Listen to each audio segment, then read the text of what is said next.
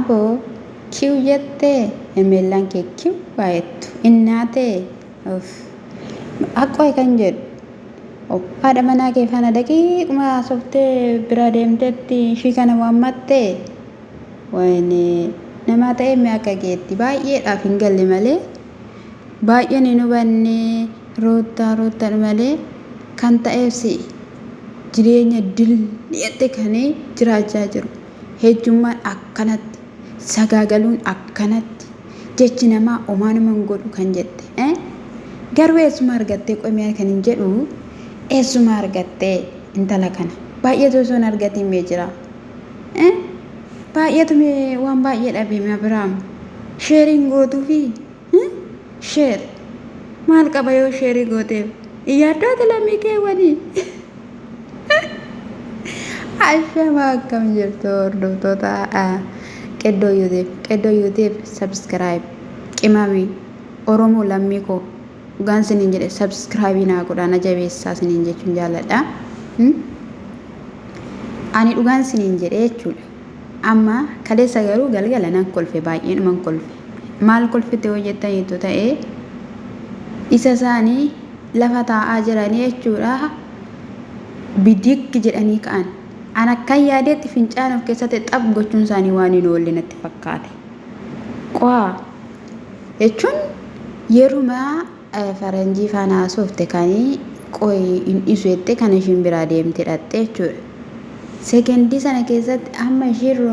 roobeelii fi abbuushu waammattee dhattutti inni intala ishii kana waammateeti wajjiniin kutaa sanaa taa'aa jechuudha hermeellaa yoo duute sii wayyo amma akkatti salphachuu mannaa baazawee jechuudha warrumti ermeellaa Abiraam jettanii isa kana gaaffii guddaa minatti ta'e jarri kun gaa'ela keessa jiru osoo adda baaniiru ta'e rakkoo tokkoyyuu hin qabu sababni isaayyuu adda galaniiru waan ta'eef jechuudha kuni garuu gaa'ela irratti kanaafiyyuu akkamitti nawwaafii jirtu akka yookiin isaan walitti deebi'an yookiin immoo akka adda ba'an kun keenyatti iyyuu gufuu ta'aa jira gaa'elli kuni gaala dhalootaatti gufuu ta'aa jira kuno kan akka Abiraam waxxir jedhee quufe kuni boru haadha manaa isaa akkana godha jechuudha sinii galee gaafa itti ola seenanii egaa harka rukute roobeel waaw jedhee eenyutu sinii feeyyamee akkamitti nu seentanii baa balballi rukutamaa jennaan adda sin guddisiisne miti jettee ruuttaanis jechuudha gidduu kana keessatti egaa lola guddaatu uumame jechuudha rakkoo guddaatu uumame jechuudha ati maalidhaa waliin jechuu ta'ee sanaa booddee wal daddarbachuu ta'ee achi booddee gaafa isaan tuqanii Abiraamii ofirraa dhadhaadaaraa maaltu sitti bu'ee gooftaa koo tuffii niqatee jettan sana Abiraam dhala namaa akkatti hin tuffatiin kan jedhan ruuttaanii dhugaan siin jedhee anis si tuffachaan jira dhugaa si tuffachaan jira kuni obsa miti obsi ilma namaa daangaa qaba sodaa ati qabdudha siira sodaa qabda dhugaan siin jedhe raafama qabda jechuudha malee ilmi namaa ani dubartii deessee ciiftu gatee dubartii bira deeme jechuun mee akkamittiin si yaachisa jireenya akkanatti bashannanuun akkanatti fata jechuun akkanatti gaardii qaxaree fi maaltu dhufa jedhee qabeenya dadafqitee fidee irratti akka barbaadetti qibsi filachiisee akka inni nyaachisu kan taasisiidha dhugaan siin jedhe siidha wallaalummaa keetiif sodaa qabdaannati amma ati jechuudha nu dubartoota iyyuu jechuudha nu naaksisaa jirta stop nurraa dhaabbadhaa kanaa booddee maalidha isa dhugaan siin jedhan video kaleessa gar dhugaan siin jedhama qofaan jirta namni waraqata baatee waggaa tokkoo fi ji'a lama sadii naafarrame naa mallattee sinaaqa maal ho qoy maa inni akkanaa seerri hin jiru moo ani waraqaticha iyyuu nan shakke hordoftoota isa dhugaan siin jedhe waraqaticha nan shakke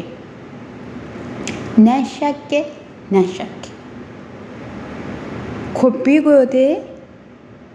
isaan doorsisuuf jettee akka akkasin goone roottaa malee dhuguma osoo firdi beeti barreeffamee seerri itti kennee mee waraqata kan hanga kanaatti baattee guyyaa galuyyuu murteessa baasawee guyyaa deebi'ee galuyyuu murteessa makkoomani murtii guyyaa qabaam waggaa tokko muluu asin bu'e achi ba'e farrame akkas godhe akkana godhe maa jechuudha jabinni kee amma kufeera gwaan sin inje of kuffisaa hirtati insalfattu matiin talashii kana faana natti hin dubbatini afaan kee calgodhii zemmeedhi cal jedhanet ishiin konfilensiidhaan akkatti ishiin dubbatu argitaniittu obboleessaadha jechuudha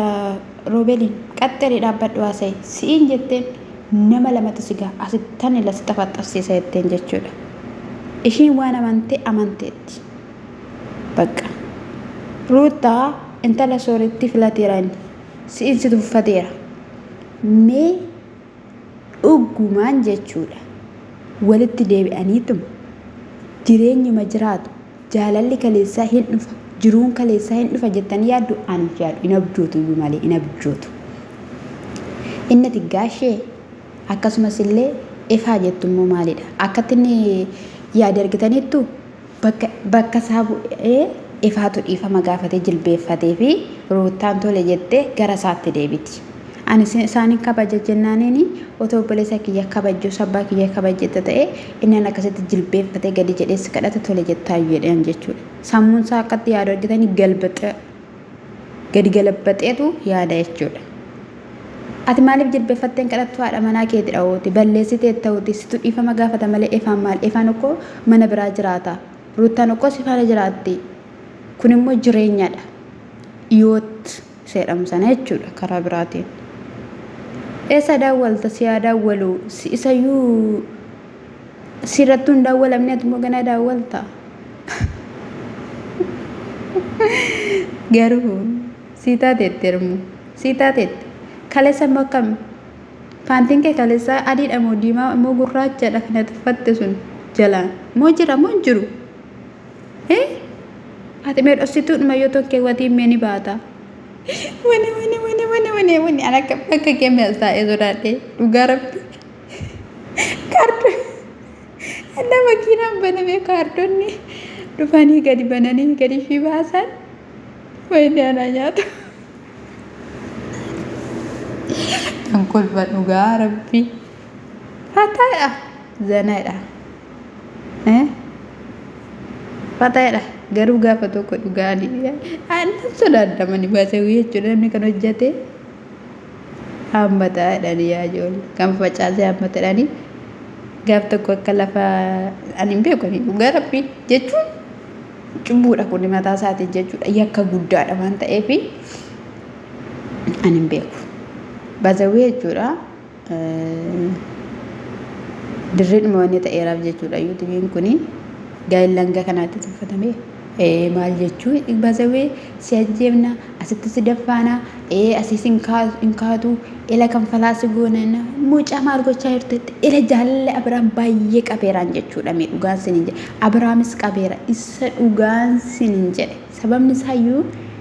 dubartii sin jaaladha jetteen yeroo darbee akkas godhate sana har'a moofitti sissee jechuudha waan hundumtiyyuu dhumateera obboloota hin argitu yoo Abiraam ermeellaan fuudheen gaa'ila milkeessaniif haa ta'u garuu akka itti fuutee naaf kennite jettee jilbeeffattee waaqaan galateeffattu baay'ee na ajaa'iba jechuudha maaliif namni wanta argate tokkotti yeroo galateeffatu waan qabuuf jechuudha.